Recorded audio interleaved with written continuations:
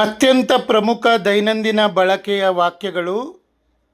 ಇದರಲ್ಲಿ ನಾವು ಇವತ್ತು ಎರಡನೇ ಗ್ರೂಪ್ ವಾಕ್ಯಗಳನ್ನು ಕಲಿಯೋಣ. ನಿನ್ನೆ ನಾನು ನಿಮಗೆ ಕೆಲವು ವಾಕ್ಯಗಳನ್ನು ಕಲಿಸಿದ್ದೆ, ಅದರ ಜೊತೆಗೆ ಒಂದು ವಿಷಯವನ್ನು ಹೇಳಿದ್ದೆ. ಈ ವಾಕ್ಯಗಳು ಎಷ್ಟು ಇಂಪಾರ್ಟೆಂಟ್ ಅಂದರೆ ಹೇಳುವುದೇ ಬೇಡ, ಇವುಗಳನ್ನು ಬಾಯ್ಪಾಠ ಮಾಡಿ ನಿಮ್ಮ ದಿನನಿತ್ಯದ ಜೀವನದಲ್ಲಿ ಉಪಯೋಗಿಸಿ ಅಂತ. ಇಂತಹ 500 ವಾಕ್ಯಗಳು ನಿಮಗೆ ಗೊತ್ತಿದ್ದರೆ ನೀವು ಇಂಗ್ಲೀಷ್ ಮಾತಾಡ್ಬೋದು. ಇಂತಹ 500 ವಾಕ್ಯಗಳು ಗೊತ್ತಿದ್ದರೆ ನೀವು ಇಂಗ್ಲೀಷ್ ಮಾತಾಡ್ಬೋದು. ಒಂದು ರಿಸರ್ಚ್ ಪ್ರಕಾರ ನಾನೆಲ್ಲೋ ಓದಿದ್ದೇನೆ, ಮನುಷ್ಯನಿಗೆ 5,000 ಶಬ್ದಗಳು ಗೊತ್ತಿದ್ದರೆ ಅವನು ಫ್ಲೂಯೆಂಟ್ ಇಂಗ್ಲೀಷ್ ಮಾತಾಡ್ಬೋದಂತೆ. 5,000 ಶಬ್ದಗಳು. ಆ 5,000 ಶಬ್ದಗಳಂದರೆ ಡಿಕ್ಷನರಿಯ ಶಬ್ದಗಳಲ್ಲ, ಕಮ್ ಗೋ ಟೇಕ್ ಬ್ರಿಂಗ್ ಅನ್ನುವಂಥ ಕ್ರಿಯಾಪದಗಳು ಅಲ್ಲ. ಈ ನಮ್ಮ ಜನರಲ್ ಶಬ್ದಗಳು, T V, fridge, A C, wall, table, fan, car, bus, ಇದೆಲ್ಲ ಎಲ್ರಿಗೂ ಗೊತ್ತಿದೆ. ಇದರಲ್ಲಿ ಒಂದು ಶಬ್ದ ಗೊತ್ತಿಲ್ಲದವನು ಯಾರಾದರೂ ಇದ್ದಾನ?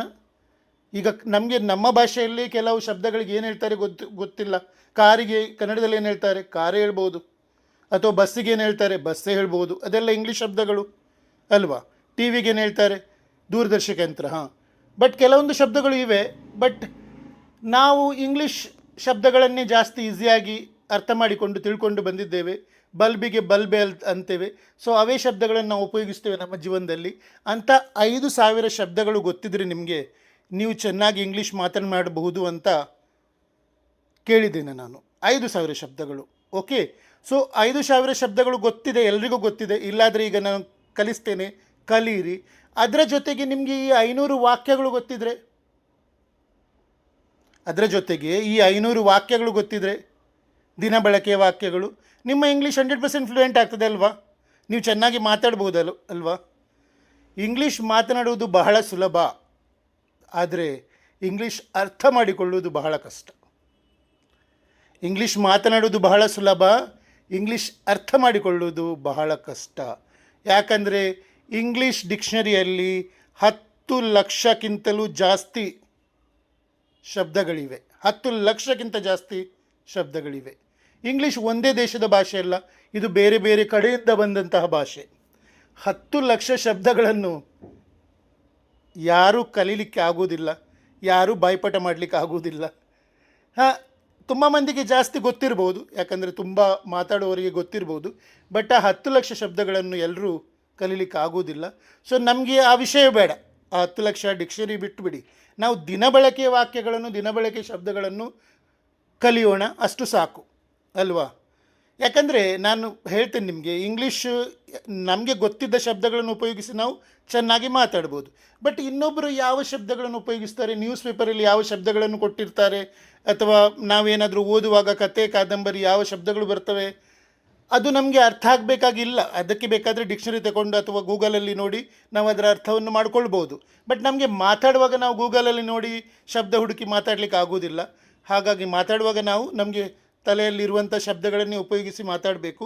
ಆ ಕಾರಣ ನಾನು ಹೇಳೋದಿಷ್ಟೇ, ಈ ನನ್ನ ಈಗ 500 ವಾಕ್ಯಗಳನ್ನು ನಿಮಗೆ ಕಲಿಸ್ತಾ ಇದ್ದೇನೆ. ಆ 500 ವಾಕ್ಯಗಳನ್ನು ಬಾಯ್ಪಾಠ ಮಾಡಿ, ಎಷ್ಟು ಸಲ ಬೇಕೋ ಅಷ್ಟು ಸಲ ಕೇಳಿ ಬಾಯ್ಪಾಠ ಮಾಡಿ, ಪ್ಲಸ್ ಒಂದು 5,000 ಶಬ್ದಗಳನ್ನು ತಿಳ್ಕೊಳ್ಳಿ.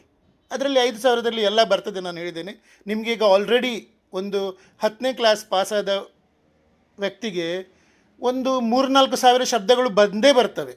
ಎಷ್ಟು ಪುವರ್ ಇದ್ದರೂ ಇಂಗ್ಲೀಷಲ್ಲಿ 3-4 ಸಾವಿರ ಶಬ್ದಗಳು ಗೊತ್ತೇ ಇವೆ. ಅದರಲ್ಲಿ ಇನ್ನೂ ಸ್ವಲ್ಪ ಶಬ್ದಗಳನ್ನು ವೃದ್ಧಿ ಮಾಡಿ ಒಂದು 7-8 ಸಾವಿರ ಶಬ್ದಗಳು ಗೊತ್ತಿದ್ರೆ ಇನ್ನೂ ಒಳ್ಳೆಯದಲ್ವಾ? 5,000 ಅಂತಲ್ಲ, 7-8 ಸಾವಿರ ಶಬ್ದಗಳನ್ನು ನಾನೀಗ ಈ 500 ವಾಕ್ಯಗಳಲ್ಲಿ ಒಂದು ವಾಕ್ಯದಲ್ಲಿ ಮಿನಿಮಮ್ ಅಂದರೆ ಒಂದು 2-3 ಶಬ್ದಗಳಿವೆ. ಸೊ 500 ವಾಕ್ಯಗಳಂದರೆ ಸಾಧಾರಣ 1,500-2 ಸಾವಿರ ಶಬ್ದಗಳಾಯಿತು. ಅದೇ ಥರ ನಾನು ಗ್ರಾಮರ್ ಕಲಿಸ್ತೇನೆ, ಅಲ್ಲೂ ವಾಕ್ಯಗಳನ್ನು ಕೊಡ್ತೇನೆ, ಅಲ್ಲೂ ಶಬ್ದಗಳಿವೆ. ಸೊ ಇದನ್ನೆಲ್ಲ ನೀವು ಕಲಿತ್ರೆ 5,000ಕ್ಕಿಂತ ಜಾಸ್ತಿ ಶಬ್ದಕೋಶ ನಿಮಗೆ ಗೊತ್ತಿರ್ತದೆ. ಸೊ ನೀವು ಭಾಳ ಫ್ಲೂಯೆಂಟಾಗಿ ಇಂಗ್ಲೀಷ್ ಮಾತಾಡಬಹುದು. ಈಗ ಇವತ್ತಿನ ವಾಕ್ಯಗಳನ್ನು ನೋಡೋಣ. ನಿಮ್ಮ ಉದ್ದೇಶವೇನು ಅಥವಾ ಅರ್ಥವೇನು? What do you mean? ನಿಮ್ಮ ಉದ್ದೇಶವೇನು ಅಥವಾ ಅರ್ಥವೇನು? What do you mean? ಆರಂಭಿಸೋಣ. Let start. Let start. ನಿಮ್ಮ ಕೆಲಸ ಮುಗಿಸಿ. Finish your work. ನಿಮ್ಮ ಕೆಲಸ ಮುಗಿಸಿ. Finish your work. ಚಿಂತೆ ಮಾಡಬೇಡಿ. Don't worry. ಚಿಂತೆ ಮಾಡಬೇಡಿ. Don't worry. ಆತ್ಮವಿಶ್ವಾಸದಿಂದ ಇರಿ. Be confident. ಆತ್ಮವಿಶ್ವಾಸದಿಂದ ಇರಿ, ಬಿ ಕಾನ್ಫಿಡೆಂಟ್. ಇದು ದಿಂದ ಅನ್ನೋದು ಇಲ್ಲಿ ಮಿಸ್ ಆಗಿದೆ ಕಾಣ್ತದೆ. Be confident. ಮತ್ತೆ ಪ್ರಯತ್ನಿಸಿ, ಟ್ರೈ ಅಗೈನ್. ಮತ್ತೆ ಪ್ರಯತ್ನಿಸಿ, ಟ್ರೈ ಅಗೈನ್. ನಾನು ನಿಮಗೆ ನಂತರ ಕರೆ ಮಾಡುತ್ತೇನೆ. I will call you later. ನಾನು ನಿಮಗೆ ನಂತರ ಕರೆ ಮಾಡುತ್ತೇನೆ. I will call you later. ದಯವಿಟ್ಟು ನನಗೆ ಸಹಾಯ ಮಾಡಿ. Please help me. ದಯವಿಟ್ಟು ನನಗೆ ಸಹಾಯ ಮಾಡಿ. Please help me. ಈಗ ಸಮಯ ಎಷ್ಟು? What is the time now? ಈಗ ಸಮಯ ಎಷ್ಟು? What is the time now? ಹೋಗೋಣ, ಲೆಟ್ಸ್ ಗೋ. ಹೋಗೋಣ, ಲೆಟ್ಸ್ ಗೋ. ನಾಳೆ ಭೇಟಿಯಾಗೋಣ. See you tomorrow. ನಾಳೆ ಭೇಟಿಯಾಗೋಣ. See you tomorrow. ನಿಮಗೆ ಸ್ವಾಗತ, ವೆಲ್ಕಮ್. ನಿಮಗೆ ಸ್ವಾಗತ, ವೆಲ್ಕಮ್. ಕ್ಷಮಿಸಿ, ಐ ಆಮ್ ಸಾರಿ ಅಥವಾ ಸ್ಕ್ಯೂಸ್ ಮೀ. ಕ್ಷಮಿಸಿ, ಐ ಆಮ್ ಸಾರಿ ಅಥವಾ ಸ್ಕ್ಯೂಸ್ ಮೀ. ಇಲ್ಲಿ ಎಕ್ಸ್ಕ್ಯೂಸ್ ಅಂತ ಇದೆ, ಬರೆಯುವಾಗ ಹಾಗೆ ಬರೀತಾರೆ. ಬಟ್ ಇದರ ಉಚ್ಚಾರ ನಾನು ತುಂಬ ಕೇಳಿದ್ದೀನಿ. ಇದು ಸ್ಕ್ಯೂಸ್ ಮೀ ಆಗ್ತದೆ. ಸ್ಕ್ಯೂಸ್ ಮೀ, ಸ್ಕ್ಯೂಸ್ ಮೀ, ಸ್ಕ್ಯೂಸ್ ಮೀ, ಈ ಥರ. ಎಕ್ಸ್ಕ್ಯೂಸ್ ಅಂದರೆ ನೆಪ. ಎಕ್ಸ್ಕ್ಯೂಸ್ ಅಂದರೆ ನೆಪಕ್ಕೆ ಇಂಗ್ಲೀಷಲ್ಲಿ ಡೋಂಟ್ ಗಿವ್ ಎಕ್ಸ್ಕ್ಯೂಸಸ್, ನೆಪ ಕೊಡಬೇಡಿ ಅಂತ ಹೇಳಲಿಕ್ಕೆ ಎಕ್ಸ್ಕ್ಯೂಸ್ ಹೇಳ್ತಾರೆ. ಇದು ಉಚ್ಚಾರದಲ್ಲಿ ಸ್ಕ್ಯೂಸ್ ಮೀ ಆಗ್ತದೆ. ಪರವಾಗಿಲ್ಲ, ಇಟ್ಸ್ ಓಕೆ, ನೋ ಪ್ರಾಬ್ಲಮ್. ಪರವಾಗಿಲ್ಲ, ಇಟ್ಸ್ ಓಕೆ, ನೋ ಪ್ರಾಬ್ಲಮ್. ತುಂಬ ಧನ್ಯವಾದಗಳು. Thank you very much. ತುಂಬ ಧನ್ಯವಾದಗಳು. Thank you very much. ಯಾರಿಗಾದರೂ ನನ್ನ ವಿಡಿಯೋ ಮುಖಾಂತರ ಇಂಗ್ಲೀಷ್ ಕಲಿಯಿರಿ ಕೋರ್ಸ್ ಸೇರಲಿಕ್ಕಿದ್ರೆ 3 ತಿಂಗಳ ಕಂಪ್ಲೀಟ್ ಕೋರ್ಸನ್ನು ನಿಮಗೆ ವಾಟ್ಸಪ್ನಲ್ಲಿ ಕಳಿಸ್ತೇನೆ. ಡೈಲಿ 1 ವಿಡಿಯೋ ವಿತ್ ಇನ್ಸ್ಟ್ರಕ್ಷನ್, ಸೂಚನೆ ಕೊಟ್ಟು ಕಳಿಸ್ತೇನೆ. ಅದನ್ನು ನೀವು ಫಾಲೋ ಮಾಡಿ. ಅದನ್ನು 3 ತಿಂಗಳು ಮಾಡಿದರೆ ಅಲ್ಲೂ ನಿಮಗೆ ಇಂಗ್ಲೀಷ್ ಮಾತಾಡಲಿಕ್ಕೆ ಬರ್ತದೆ. ಆನ್ಲೈನೇ ಕಲಿಬೇಕಾಗಿಲ್ಲ. ಸೊ ನೀವು 3 ತಿಂಗಳು ನನಗೆ ಟೈಮ್ ಕೊಡಿ. 3 ತಿಂಗಳು ನೀವು ದಿನ ಒಂದು ವಿಡಿಯೋ ನೋಡಿ, 15 ನಿಮಿಷದ ವಿಡಿಯೋ ನೋಡಿ, 45 ನಿಮಿಷ ಪ್ರಾಕ್ಟೀಸ್ ಮಾಡಿ. ನಿಮಗೆ 3 ತಿಂಗಳಲ್ಲಿ ನಾನು ಇಂಗ್ಲೀಷ್ ಮಾತಾಡಲಿಕ್ಕೆ ಕಲಿಸ್ತೇನೆ. ಆ ಕಂಪ್ಲೀಟ್ ಕೋರ್ಸಿನ ಫೀಸ್ $599 ಮಾತ್ರ. ಅದನ್ನು ನೀವು ನನಗೆ ನನ್ನ ಮೊಬೈಲ್ ನಂಬರಿಗೆ UPI ಮೂಲಕ ಕಳಿಸಿದರೆ ನಾನು ನಿಮಗೆ ಅವತ್ತಿನಿಂದಲೇ ನೋಟ್ಸ್ ಕಳಿಸಲಿಕ್ಕೆ, ನೋಟ್ಸ್ ಅಂದರೆ ವಿಡಿಯೋ ಕಳಿಸಲಿಕ್ಕೆ ಶುರು ಮಾಡ್ತೇನೆ.